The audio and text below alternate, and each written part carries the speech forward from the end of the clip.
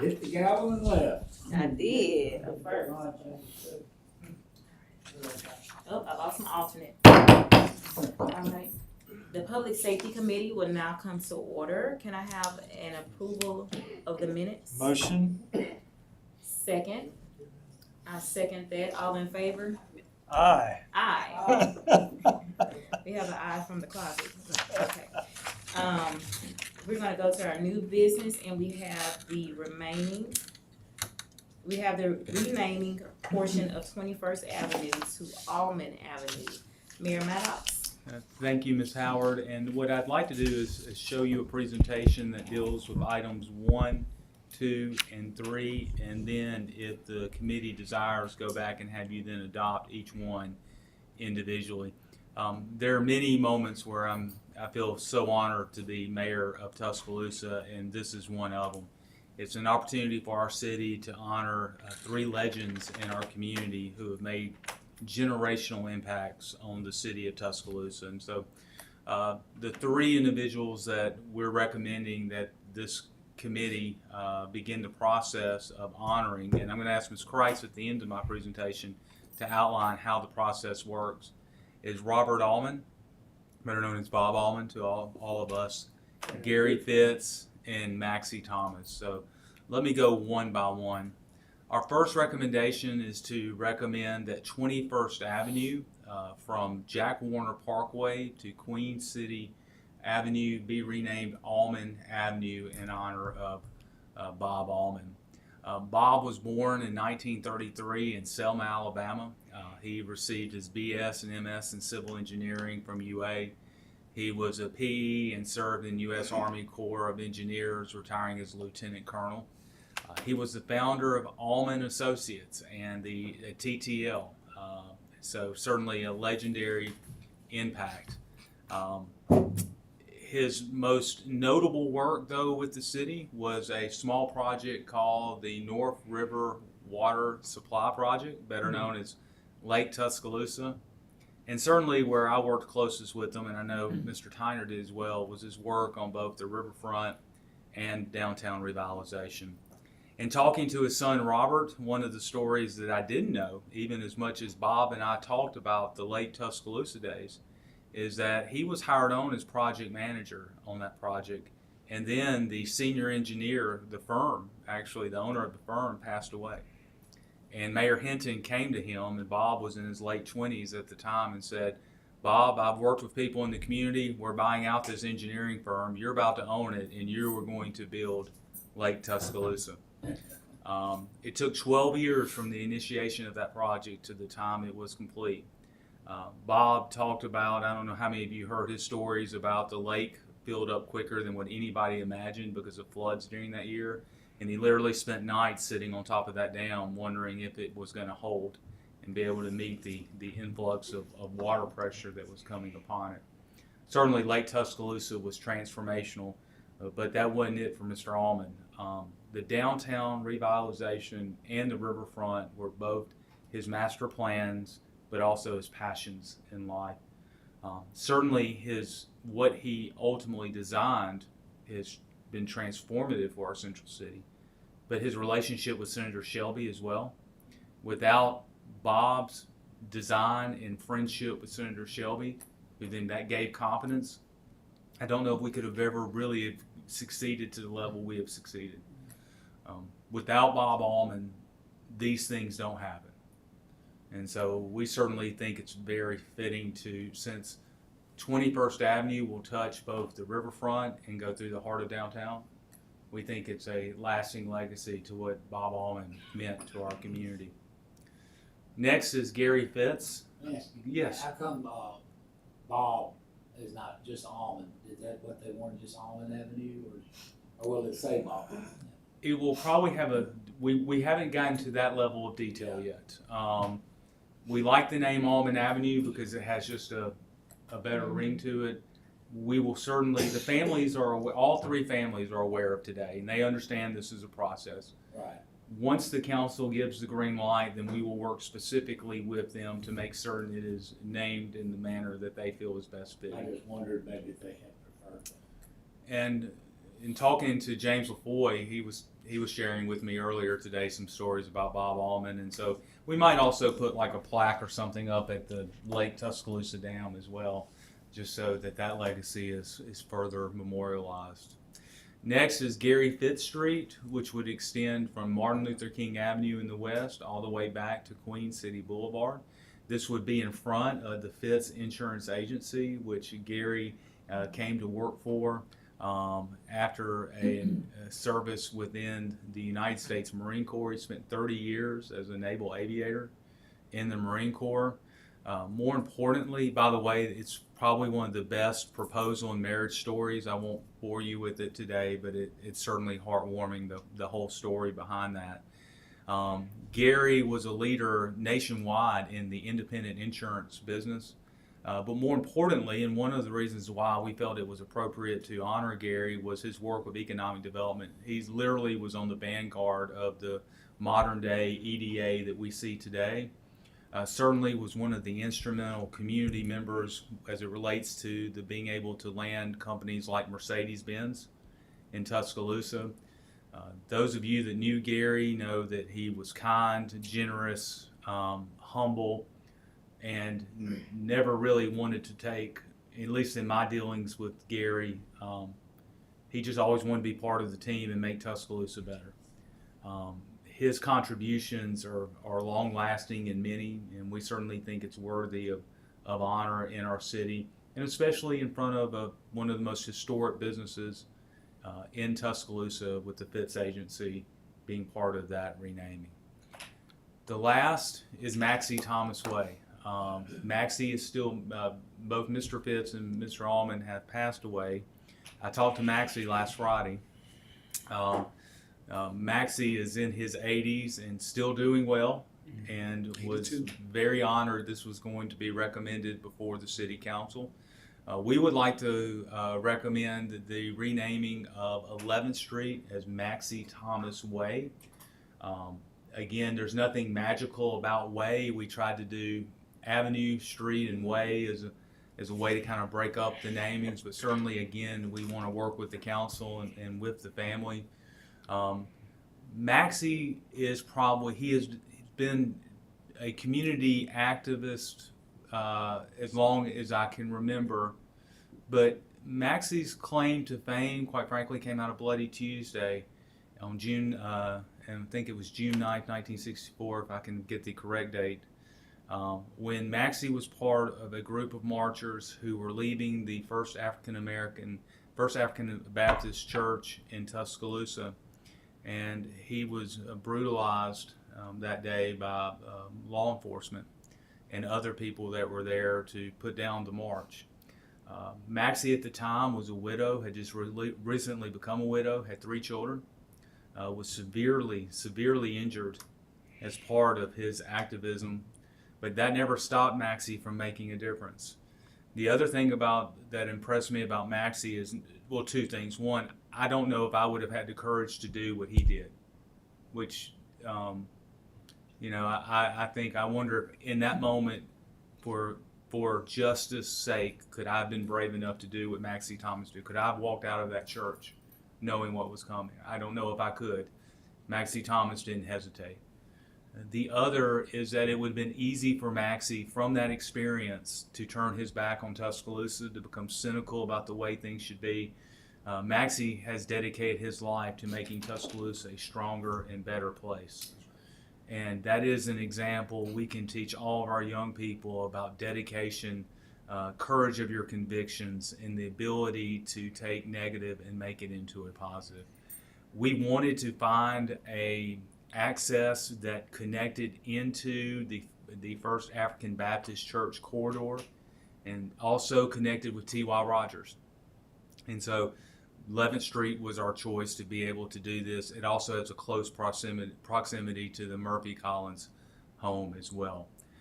So these are the 3 recommendations that we have for you. I'm going to ask Ms. Christ if she would to outline the city's council's policy on this. Certainly we have a high standard in place for for opportunities like this to recognize community members who have made a significant impact in our community. So, Ms. Christ, if you would outline it. Absolutely. So this afternoon, you got the chance to recommend that the city council move forward and that the city council hear these proposed street renamings. Of course, we, as Mayor mentioned, we like to make sure that they are folks who have played a huge and recognized part in our city. And I think these three individuals do just that. What that timeline would look like if you choose to push it forward, the planning office has a stack of letters ready to go out because the ordinance requires us to send notice to individual property owners that their address could be changing and giving them notice of an opportunity for a public hearing. Those letters would go out tomorrow. We would set the date for a public hearing on August 29th, and those public hearings would be September 12th, September 19th, and October 3rd. And then after, if the city council chooses to adopt these renamings, then individual celebrations would occur after that were to happen. Our goal would be, if the council moved forward with this, that we would celebrate Mr. Allman in October, Mr. Fitz in November, and then Mr. Thomas around the time of MLK Day in January.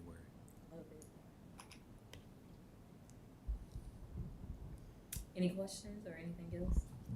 About approximately, I'm not against it, just curiosity. What will it cost the city? I mean, we got just signs, nothing, street signs? Wish there was somebody from Public Works here to talk to the street sign cost. But it's not exorbitant. I don't believe so. I mean, we did, Nick's Kids Avenue, I think, was the last one that we did in this area. And so at every intersection, of course, you've got street signs. So you can count for Maxie Thomas Way, 1, 2, 3, 4, 5, 6, 7, 8 intersections where we have to swap out signs. I just, one that I may not even know this or care, but one of my projects that I'm really most proud of since I've been in here was renaming Veterans Memorial Parkway. And that was my project that actually Phil Poole had to get the money for because, to be honest, I didn't have a lot of support here from somebody new. But anyway, so we renamed Veterans Parkway, and then we had to go. It was a lot of work because that's a long stretch of road to make, but only one person was not in favor of it, but we convinced him, and then I forget how much you paid for the flags at the time, but it was, I still love it. I still love the flags. I am just really proud that our city has had, people like Maxie and Bob and Gary, and they have given so much.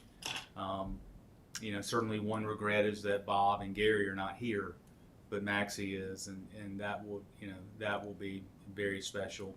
There will be a list of businesses, and we can distribute this to you, who would be impacted by this name change, and so they will, again, as Ashley said, will be notified directly by that. But we think for most, they will understand the historical significance of this, and hopefully embrace the name change and learn a little bit about the difference makers in our community that were Bob, Gary, and Maxie.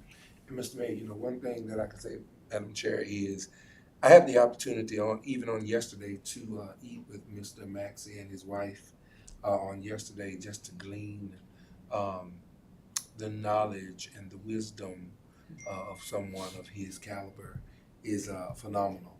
And I believe that this is an awesome gifting to all three persons, and it's even greater to know that we have one living legend among us, in Maxie Thomas. If you want to hear something, it's probably one of the more moving podcasts we've done. We normally try to do 10 minutes. I think we went well over 30 with Danny Steele and Maxie Thomas about 2 months ago. To listen to their experience of that day on Bloody Tuesday in Tuscaloosa. Frankly, again, what amazed me by it was their courage, but also how positive they were about the experience, to say, this made us who, I'm oversimplifying, but we could either we could either take this anger and do something negative with it, or we could be advocates for positive change and be difference makers in our community. And that's certainly what Maxie and Danny did for Tuscaloosa. You know, he said to me yesterday, he said he tried his best to leave Tuscaloosa, tried his best to go to Chicago, tried his best to go to different points in Illinois, and he found himself coming all the way back to Tuscaloosa. And he's proud of the direction, and he loves Tuscaloosa. He's very appreciative of this honor. And I think this is indicative to say, and I'm gonna say this, he's a part of District 1. He's part of my district. and I wouldn't take too much credit. I can't but I am gonna do that, Mr. Phil. I'm gonna take the credit. There you How go. about that? It's all your deal. But you know what? I think it is important for all of Tuscaloosians to know their history and to see their living legends among them. That's what's most important. Whether he's in District 1, District 5, District 8, whatever it is. We have difference makers in our city who have made an indelible impression on what we do as a community. Yeah, I look forward to, hopefully as part of this, the media will retell the stories of what Bob and Gary and Maxie have meant to Tuscaloosa. That'd be great. So we asked for to authorize that we begin the process. All right, well, this is definitely an honor, especially we still have one still living. So we'll start with the first one, renaming portion of 21st Avenue to Almond Avenue. Can I get a motion? So, second. Second, we have a motion and a second. All in favor, say aye. Aye. All right, motion passes.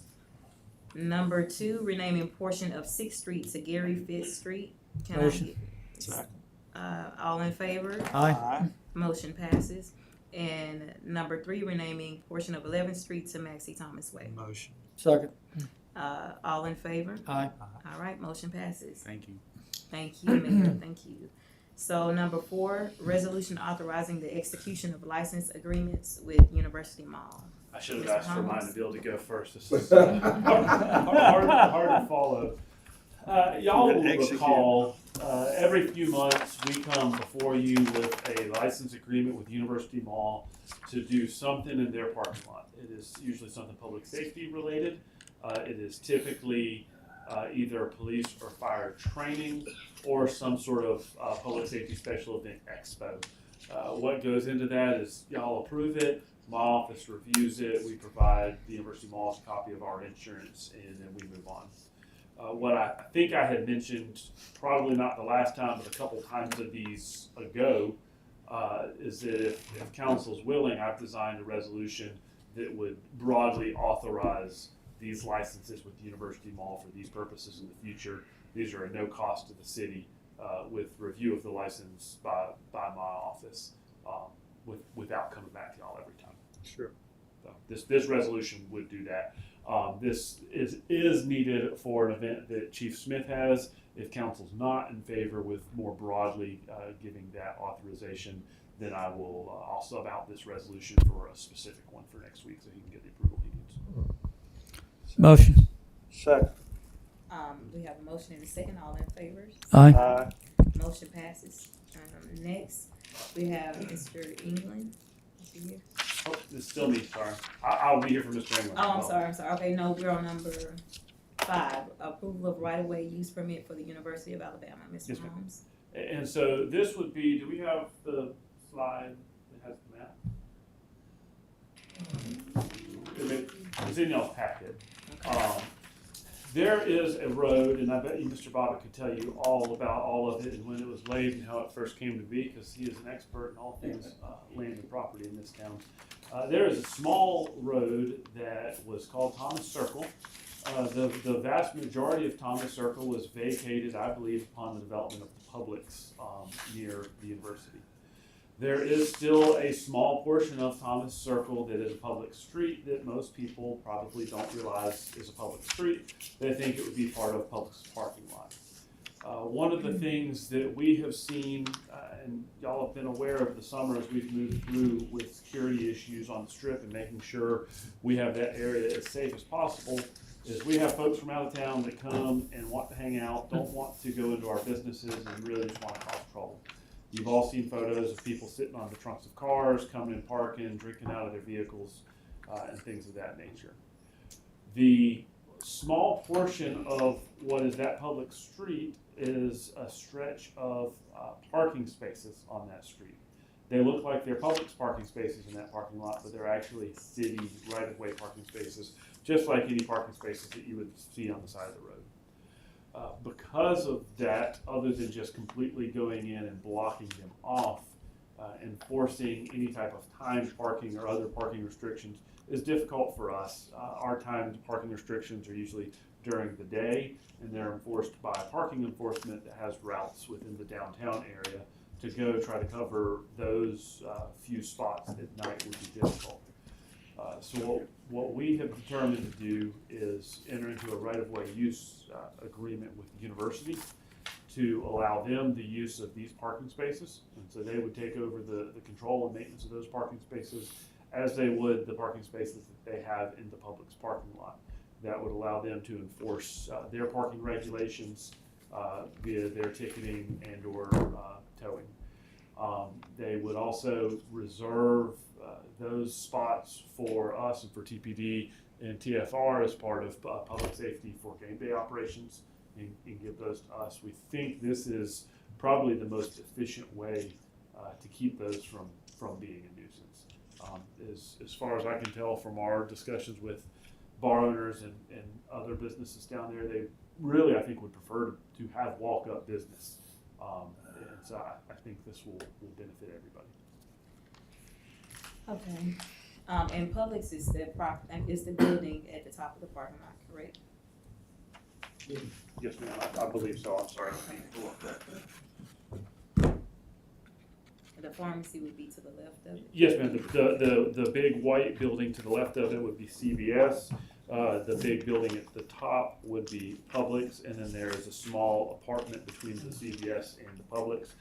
Part of this right-of-way use permit would require the continued 24/7 ingress and egress for that apartment complex. The roadway would remain there as well. There are some plans in the works for public safety reasons, on some of the busier times, gate that entrance to the University Boulevard off. But you would still be able to access through Campus Way. So are these spaces being used by either this apartment complex just to the north of CVS or CVS? They Are are, we removing 20+ public parking spaces? they are currently just public parking spaces. I don't know who's, Public with a C, not with an X. yes, sir, with the C. So I don't know who's Depending, currently. and Mr. Leopard and I have had this discussion probably for the last 6 months. Just to be frank, Counselor Busby, I'd say a handful of them are just used for individuals that may want to pop over to CVS or Jersey Mike's or somewhere like that to go grab a sandwich or go by the pharmacy. You do have some business owners that are taking up the spaces for 10 or 12 hours, if not longer, throughout the day and throughout the evening. So they are not being actually utilized publicly because the employees of certain establishments will just go and park there all day, or someone may go park there at 10 p.m. and stay throughout the night, and we have lack of management of that. So the intention of actually using as a full public space is not currently happening. Mr. Lefford and Mr. Jones with the UA, what we've worked out with them is putting the management under theirs to where they'll have more robust management both in daytime and night. The times will align a little bit more, I believe, with what Publix has right now with an X, which is roughly about an hour. And also they have a more robust towing and booting policy after the third or fourth ticket, which we do not have. So if an offender continues to abuse those privileges, their vehicle can be removed. So has this been vetted with those businesses and residents? And it's, Mr. Wilson, it's your district, not mine, and I was not expecting to be on public safety myself today. So, but The apartment complex has nearly a 1-to-1 ratio of parking. Does it? That's the And- old concrete bunker looking one? Yeah, the old Soviet era looking building right there. No just to be- offense to Frank Lloyd Wright. Yeah. Just to be frank, I think UA could actually provide better opportunities for public parking for the businesses along University Boulevard, since we've added the Joyride or taxi cab area that is working very well. They have some unique ideas on quick kind of delivery pickup for right there in the area. Have better management to where you can go to CVS and go to some of the places, but then think about at 10 p.m. as Mr. Holmes alluded to, once our parking enforcement is gone and there is no enforcement in that parking lot, it allows people to come in and congregate. But the UA does not have the ability to tow or ticket in that area. Under this agreement, But we do, right? We can issue tickets. We can't tow from a parking space outside of an abandoned vehicle, which I believe is 48 hours. This recommendation came out of a series of meetings really been going on the last 90 days. I think every other Wednesday the staff has been meeting between UA and the city of Tuscaloosa. During that time, there have been both formal and informal conversations with business owners up and down the Strip. We feel that this agreement with the university gives it the best chance for success and security as we move into the fall. We do not have the legal nor just the resources to match what UA can do to help us make that a safer parking lot and a safer area as we get into an extremely busy time. And so that's what brought this process to this point today, is just the ongoing meetings that have been taking place over the last 60 to 90 days. In a deck of Mayor Maddox's point, we have been very strategic in identifying parking, whether that be public or private areas, to give the owners, whether that be City of Tuscaloosa, University, or private property owners, the ability to address vehicles. One of the challenges that we had in the process is that the UA and Publix can manage their spots, but we have this small stretch right here that we have a challenge to manage. Just to be honest, the other night, about a week ago, 10:45 p.m., temporary speed bump, saw your quote, Councilor Fail, worked fantastic, right? Pulled into the Publix parking lot, ran in and grabbed something. In my car about 10:55 p.m., looked left, looked right. There are a handful of individuals, just to be frank, that they're not going to Publix. And this type of mechanism would provide the appropriate tools for law enforcement and UA out there to make sure that there's an issue that they can be addressed more quickly. I'm personally for taking anything off us and putting it on UA that we can. Well, and to UA's credit, between what they're doing with UAPD, measures like this, they're taking on more and more of a share of the Strip, which I think is going to make it safer. There's been a lot of good work really done over the last 6 months, and we're very appreciative this council has supported that, and this is another tool that will help us. One of the issues that we've been discussing since January has been that people come from out of town, they want to be near and around the Strip, and so this eliminates this ability to just gather and not go anywhere to engage in commerce along the Strip. If you're not there to engage in commerce, you need to move on. Right now, we don't necessarily have the legal ability or resources to do it. This gives us a further tool to be able to ensure that if you're coming to do business on the Strip in the city of Tuscaloosa, you're coming to do business. You're not just hanging out waiting to see something happen. Tim, who runs that towing operation is that y'all or Publix with an X? Well, yes, sir. Under the lease with Publix, we're responsible for parking lot security. So we hire an outsourced contractor, but we also supplement them with parking services. And they manage the tow program. Last night we They towed- Publix or they the outside contractor? They are UA Transportation Services hired. Okay. So it's an extension of our Transportation Services Department. Okay. And I want to reinforce part of what Scott said is that, we would provide for game day and event management, that parking for Tuscaloosa Police Department. And then during the summer and slow times, sir, we kind of do a demand response parking approach where if it's not busy, if Publix isn't busy, we will let somebody park there and run into the pizza place, or let somebody park there. And so the parking attendants that are there try to be very flexible. But if Publix is busy, it's for Publix parking only.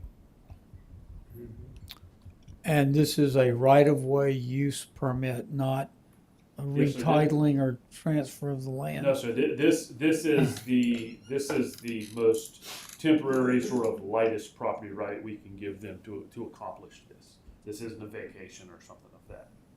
Okay. Is it revocable? Okay, I'm fine with it. You Any more good? questions, I'm good. Counselor? Okay. All right, if nothing else, can I get a motion? Motion? Second. Okay, all in favor, say aye. Aye. All right, motion passes. Number 6. Yes, I will be filling in for Mr. England. He has some car trouble this afternoon. I told him I think I can hopefully cover this one. This is a franchise agreement for an ice cream truck. So you'll be given permission for an ice cream truck operated by a gentleman named Jason Barksdale. I believe he maybe live in your district, Mr. Tyner. And it is, I don't know if you have a picture of the ice cream truck, Vicki, or if it's in the packet. Truck with ice cream. It looks like an ice cream truck. So this would grant a franchise, require the insurance. They've provided the insurance proof. Would grant a franchise for 3 years to operate on our streets. They would need a property owner's permission to operate on private property, and would have to go through revenue for a business license and talk to UD about where on private property in the city they can operate. Okay, as hot as it is, I wish we had some ice cream today. But do all ice cream trucks have to go through this? Yes, ma'am. Anybody that is using our right of way to conduct business has to get a franchise. Okay, gotcha. Okay, are there any questions? Anybody opposed ice cream? Can I get a motion? So moved. Second. All in favor? Aye. Aye, motion passes. Is there anything else to come before public safety? If not, can I get a motion to adjourn? So moved. Second. All in favor,